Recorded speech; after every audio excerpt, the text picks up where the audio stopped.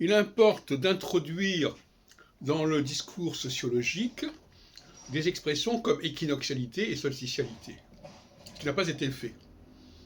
Les astrologues ne sont pas arrivés, au cours du XXe siècle, à introduire ces notions dans le langage, dans la terminologie sociologique, ce qui est très fâcheux.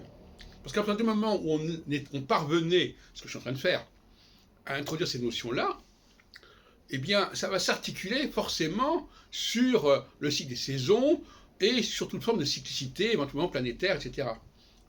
Donc, l'équinoxialité, c'est un peu le cheval de Troie de l'astrologie au sein des sciences sociales.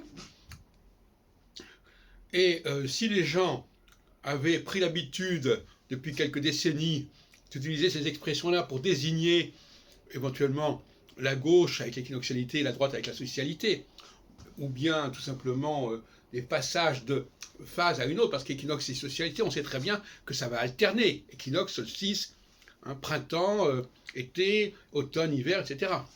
Bon, ça n'a pas été fait, c'est une grave erreur, et c'est une grave erreur stratégique, et ça explique pourquoi on en est là. Pourquoi on stagne au niveau de l'astrologie, dans sa présence au niveau universitaire, au niveau même journalistique, au niveau médiatique, parce que justement ces notions d'équinoxialité solsticielle qui sont pourtant assez simples à comprendre, et qui permettent une certaine analogie, eh bien elles n'ont pas été mises en avant, alors que je les avais déjà développées en 1967 dans le livre pour l'astrologie, parce qu'il y a le poids du zodiaque. Alors les 12 signes zodiaques, que ce soit les 12 signes ou les 12 constellations chez d'autres écoles d'astrologie, ça va plomber l'astrologie.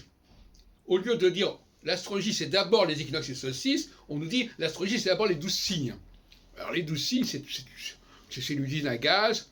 On ne peut pas penser correctement un système à 12 facteurs, alors qu'on peut penser correctement un système à 2 facteurs.